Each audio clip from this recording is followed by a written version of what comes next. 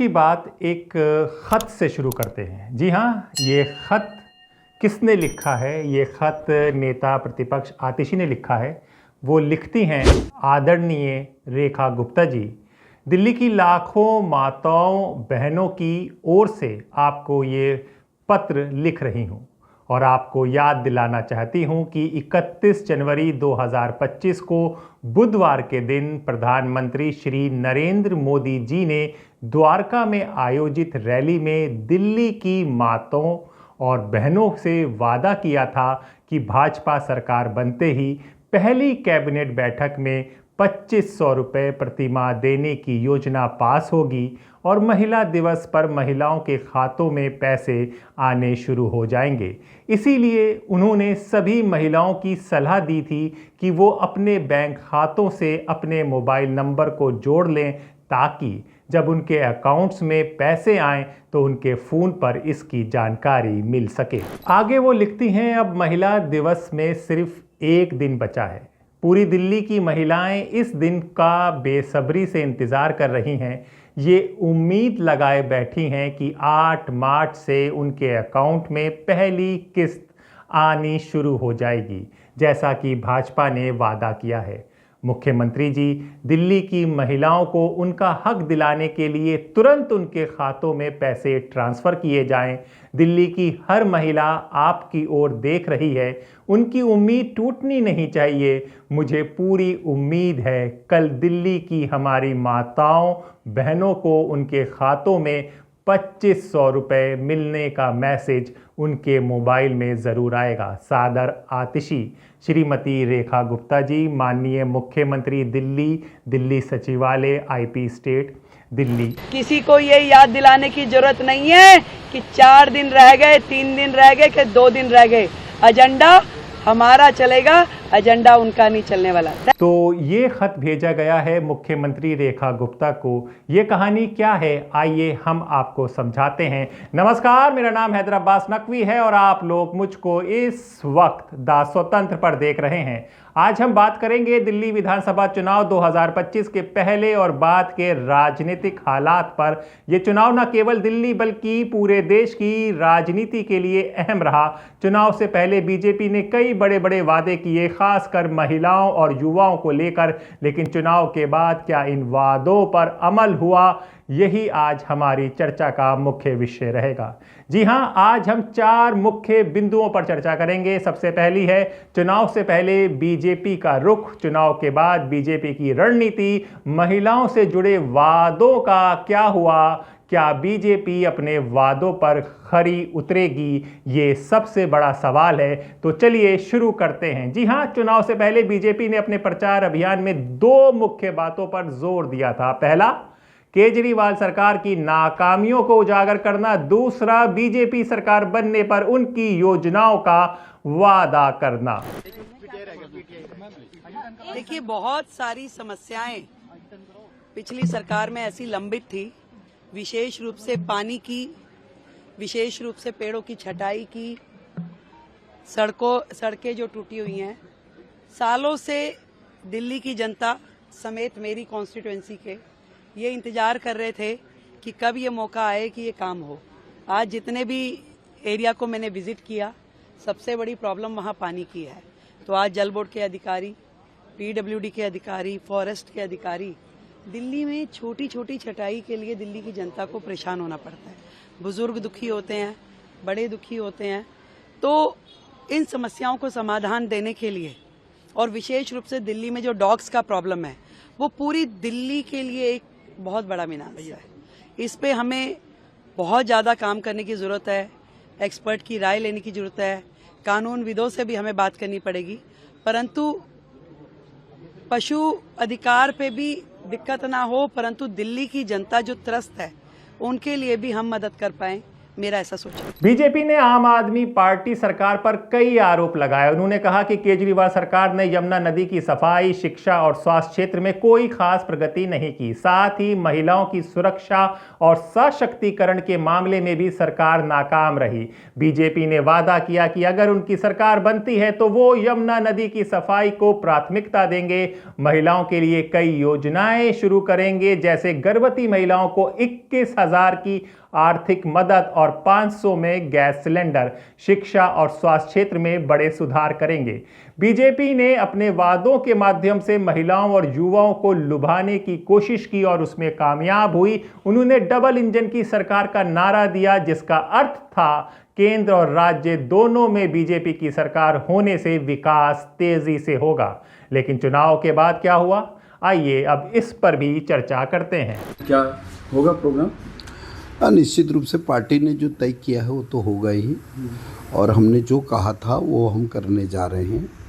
अभी बहुत सी कमियां और खामियां होंगी, उनको ठीक करके जनता के बीच में उनको 2500 रुपये मिल सके, वो हम काम करने जा। हाँ, निश्चित रूप से एक क्राइटेरिया तो रखना पड़ेगा। क्राइटेरिया नहीं रखा होगा तो फिर उसमें काफ़ी मुश्किलें हो जाएंगी, और ये उन लोगों को मिलना चाहिए जो हैंड टू माउथ हैं, गरीब हैं, जिनके इस प्रकार का है, उनको मिलना चाहिए। चुनाव के बाद बीजेपी का रुख कुछ और अलग ही दिखा। उन्होंने केजरीवाल सरकार की आलोचना करना तो जारी रखा, लेकिन अपने वादों पर चर्चा करने से कतराते नजर आए। बीजेपी ने दावा किया कि आप सरकार ने दिल्ली के विकास में बाधा डाली। उन्होंने यमुना नदी की सफाई, शिक्षा और स्वास्थ्य क्षेत्र में नाकामी को उजागर किया। चुनाव से पहले बीजेपी ने जो वादे किए थे उन पर चर्चा नहीं की गई। विशेष रूप से महिलाओं से जुड़े वादों को लागू करने में कोई ठोस योजना सामने नहीं आई। लेकिन जब भी बीजेपी से पूछा गया कि आप महिलाओं को देने वाले 2500 के वादे पर क्या कर रहे हैं, तो वो पलटवार आप पर करने लगे कि भाई आपने क्या दिए,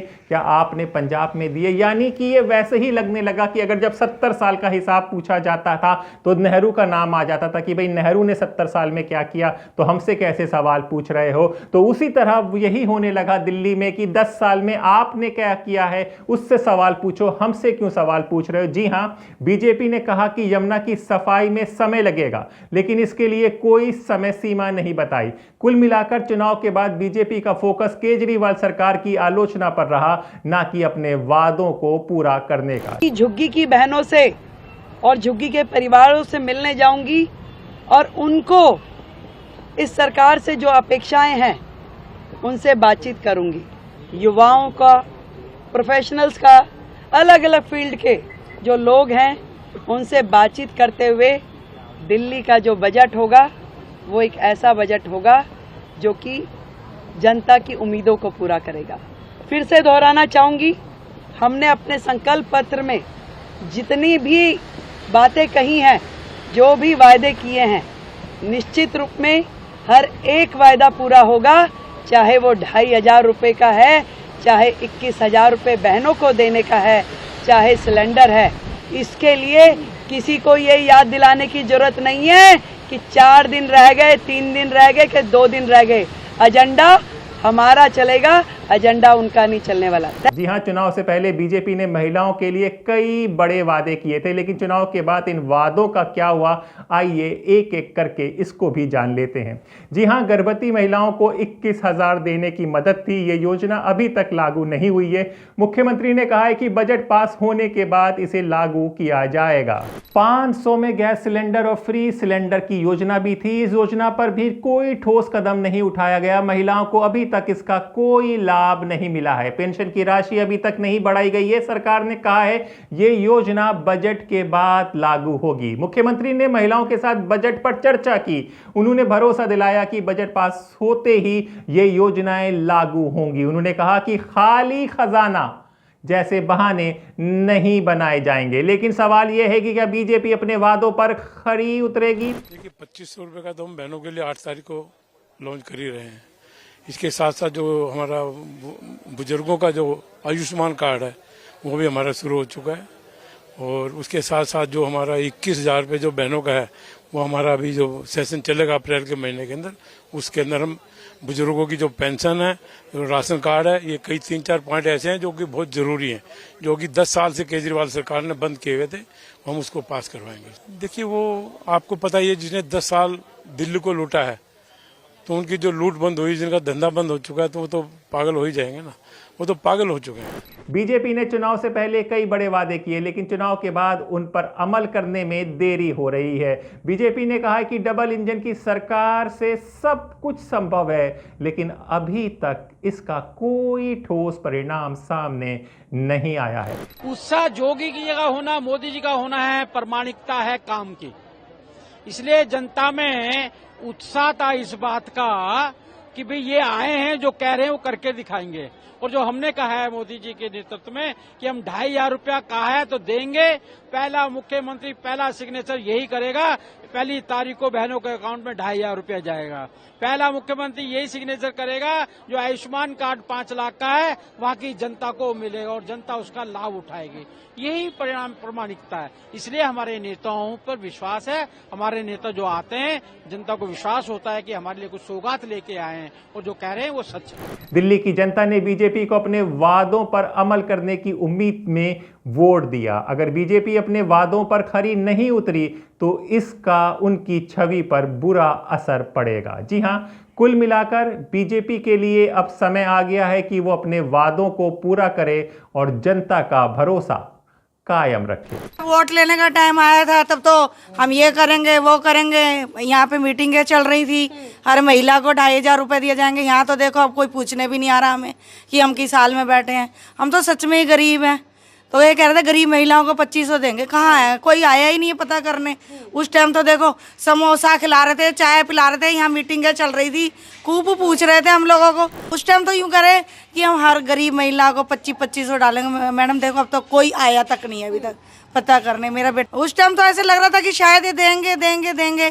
तो अब केजरीवाल जी जीते होते यहाँ से तो मतलब हमारे को तो पक्का ही था कि मिलना ही है। तो दोस्तों, बीजेपी ने चुनाव से पहले कई बड़े वादे किए, लेकिन चुनाव के बाद उन पर अमल करने में देरी हो रही है। महिलाओं से जुड़े वादों को लागू करने की उम्मीद है, लेकिन अभी तक कोई ठोस कदम नहीं उठाया गया है। जनता की नज़र अब बजट पर है और उससे पहले 8 मार्च पर है। अगर बीजेपी अपने वादों को पूरा करती है तो उसकी छवि मजबूत होगी, नहीं तो जनता का भरोसा डगमगा सकता है।